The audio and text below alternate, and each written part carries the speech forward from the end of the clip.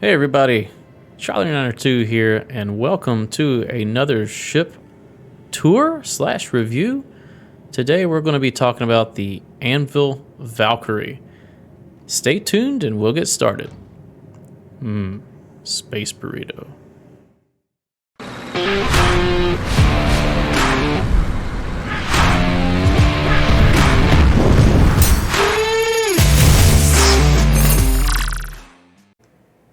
Overview and role. The Valkyrie heavy dropship is a troop transport by Anvil Aerospace. It is designed to safely deploy up to 20 armed troops along with a single vehicle into combat zones. Armed with multiple turrets and side guns, it can provide heavy overwatch to deployed troops clearing a safe landing zone. Its role is dropship with a focus on combat.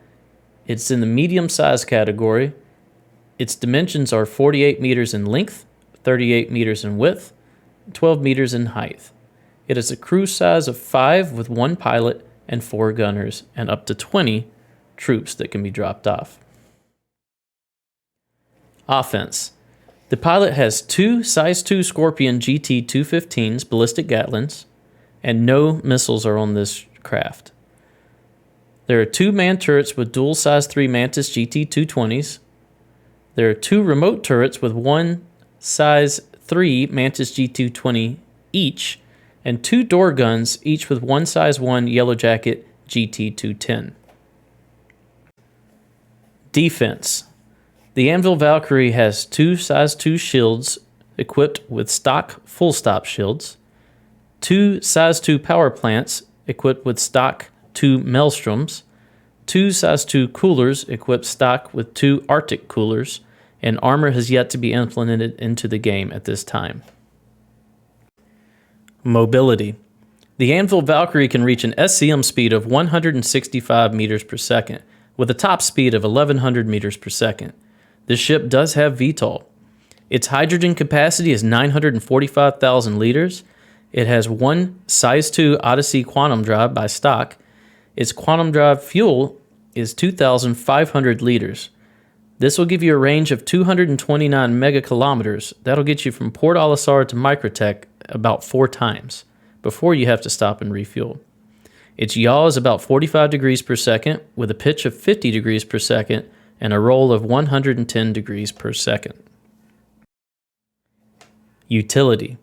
The Anvil Valkyrie has a cargo grid of 30 SCU or will take 1 small vehicle. Think about Cyclone size or below. It has 20 jump seats with weapon storage for easy egress. It is not modular, but it is a unique dropship that can quickly deploy 20 troops and a vehicle while still being able to loiter on target and provide support by fire, thus fulfilling a secondary gunship role as well. Hey everybody, welcome back. Charlie902 here, and today we're on a blustery cold day on Ita. And we're going to take our walk around of the Valkyrie, and we're going to start it right now. Let's go ahead. So coming up to the ship, you can see the canopy. It's a single-person cockpit. 2 massive retro thrusters on either side of the canopy. And then you have 2 pilot-controlled size 3 GT-220 Gatlin ballistic repeaters. All right, and continue on. You can see the man turret on the bottom. Overall, I love the overall look of this ship. It looks, I mean, tell me if you agree, but it looks like the dropship from the movie Aliens, minus the 2 fold-out rocket pods. But it's got just a great stance. It's very commanding. It's very aggressive looking. It looks like it's very well armored, as Anvil ships are known to be. And you can see here, you have 4 rotating VTOL engines that also act as your main engines or main thrusters. Speed up my walk here a little bit. The wind is slowing me down quite a bit. Here you can see a remote turret with another size 3 weapon.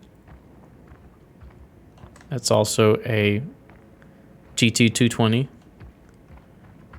All right, there is a side door here, and I'll show you that from the inside. We'll go ahead and continue our way around. Looks like you have some stabilizer wings here at the back. Maybe that helps with atmospheric flight. You have your main cargo ramp. And the other side looks the same. Let's take a step back. Try to view the rear of the ship here. Alright, let's go ahead and check out the interior. I'll slow down my walk a little bit. The ramp may cause it to bounce a little bit. There we go. We'll hop on in here and we'll close this ramp up. So, whoa, a little bit of physics issue. I think we're alright. We'll close the door. So you can see you have a spacious cargo area here. It's a very militaristic in its appeal and its aesthetic. And this cargo grid also doubles as a vehicle.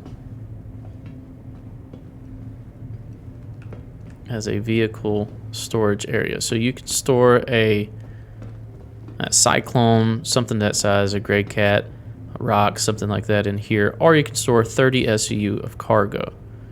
All right, so we'll go ahead and continue on with the bottom floor. Here's that hatch I was telling you about. You can open this door up. This allows secondary entry and exit egress from this vehicle. And there is a heavy machine gun that you can deploy and actually mount on. Let's go see if we can do that. There we go.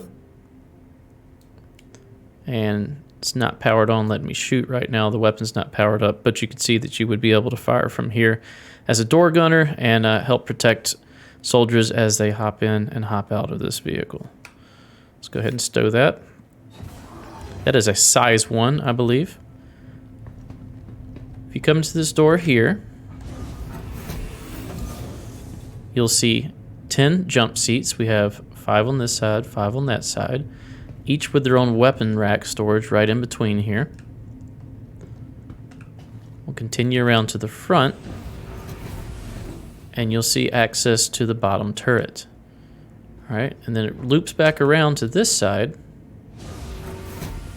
and there are another 10 jump seats. So all in all, you have 20 jump seats for infantry, marines, whatever they want to call them, and Star Citizen here, for dropship capabilities. They can easily file out of these 2 hallways and file both out of these hatches on either side, out of the ramp at the rear, and if there's a vehicle here, hop on the rear vehicle and get out of here. So quite easy entrance and exit from this ship, as a dropship should be, so it doesn't have to stay on ground long. All right, we'll go on up to the crew area. It's accessible by this ladder and this ladder only. Now I think this is kind of a miss in the design. All right, so you have an opening here, an opening on this side, and one on the other side as well, so that whenever those 2 hatches or that rear ramp is open, this whole area with these bunks and everything becomes depressurized. I think that's about the only miss on this that I would complain about. I wish this was closed off, and I wish there was some sort of airlock for this ladder, or maybe even some stairs coming up horizontally. Or maybe even replace that with an elevator or something so that you could airlock it. You have access to the top man turret, 2 bunks. You have what appears to be a, well, food access, as you can see here. So maybe some type of hot beverage or some way of heating MRE style foods. You have another bunk here. Whoop, we got on the ladder. Ladders are a bit wonky in Star Citizen right now. If you get anywhere near them, your character loves to just grab onto them. So if we come over here, you have a head. I think there's a shower. Yeah, there's a shower too. So it's a shower toilet. You got first aid. You have a little sink with a mirror. Then you come back here towards the cockpit of the ship, and you have access to your remote turrets. So there's one on the right side, one on the left, or starboard and port. And then as you go forward, you have the cockpit. Now the cockpit's actually got a pretty good view. All right, and we'll go ahead and hop in here so you can see it.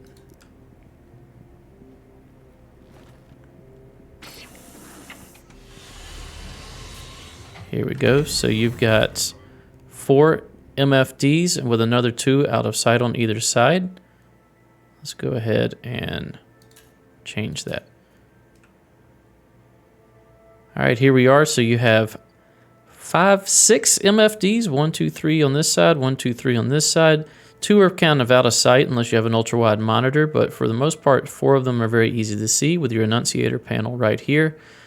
Overall, decent visibility. I wish, well, no, actually it's pretty good. You got sight down here and sight down here to help you with landing quite easily so that you can get your troops out, get back in the air, and provide support for them.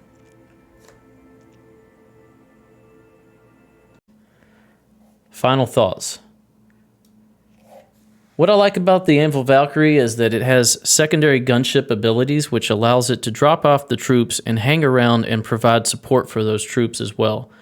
It has 2-man turrets, each with 2 size 3 weapons on it, all ballistic. The pilot has 2 size 2 ballistic weapons, there are door gunner weapons, and there are 2 size 3 remote turret weapons. So there's a lot of firepower on this ship that's able to lay down a lot of covering fire for those troops. What I dislike is the second floor layout with no sealed upper floor that will vent the atmosphere in the bunks, but I guess this isn't too much of a concern because this ship is designed to be used in atmosphere, or at least on planets where the troops can wear their spacesuits. I don't think they'll be sleeping in the bunks when you're dropping off troops in atmosphere. Changes to the bulkhead to enclose the crew compartment fully would definitely be welcome, but I don't think is 100% necessary. And then personally, I just love the aesthetics of the ship. It looks a lot like the Dropship from Alien. It looks tough. You have great views for the pilot. I like this ship. Do I recommend it? Well, the cost is $375 cash, which I think is pretty darn steep, or 4.4 million Alpha UEC, which I think is a much better route to go. I only recommend getting this ship if dropship gameplay is your forte or something you're very interested in. The way I see this ship being used is for the bulk of a ground assault. And think about it, you're dropping off 20 troops in a light vehicle, and you have multiple other dropships in the game, to include the Prowler, which I kind of see as kind of dropping off troops behind enemy lines for, some wet works type missions, Navy SEALs, Special Forces type stuff. And then I see, ships like the Vanguard Harbinger probably just dropping off troops on like Space Chase and stuff like that, because it's a fighter that's repurposed to be a dropship as well. And you only have, I think, about 6 or 8 that you can drop out of that. And then you also have the C2. I think the C2 and even the M2 are very good complements to the Anvil Valkyrie, because you can drop off the multitude of troops, basically your infantry with the Valkyrie, and then the C2 or the M2 can drop off the tanks, your heavy armor, your heavy infantry, your mechanized, and your support to go with you. And they won't be directly on the front lines when they drop off like the Valkyrie will. And then the Valkyrie has the added benefit of being able to provide gunship support.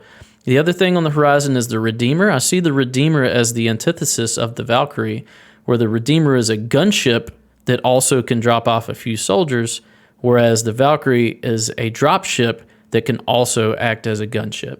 So, long story short, if you're interested in large-scale ground assaults, the Valkyrie is an awesome ship. I wouldn't buy it with cash. I would buy it with Alpha UEC and game money.